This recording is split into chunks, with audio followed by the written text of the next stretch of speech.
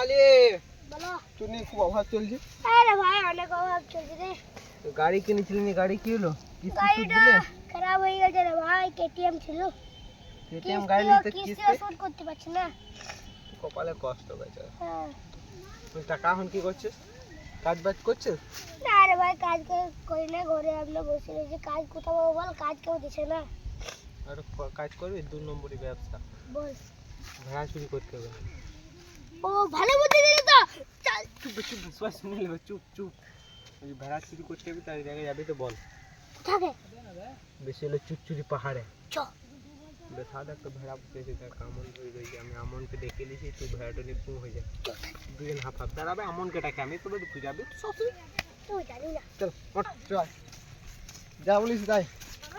আমন কেমন আছিস? হ্যাঁ ভালো আছি। ভাড়াটা কত দিন নিলে? এটা দিলাম 2000 টাকা দাম দিলাম। 2000। হ্যাঁ।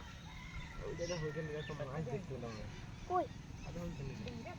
চল ধরবি না? আমি দেখি গা। চল ভেড়া থাপ, ভেড়া থাপ।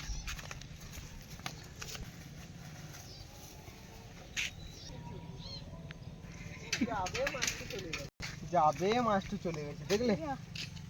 একদম ভেড় খুলে দিয়েছি তো। ভেড়া নাই বে। যা। আয় রে। কই?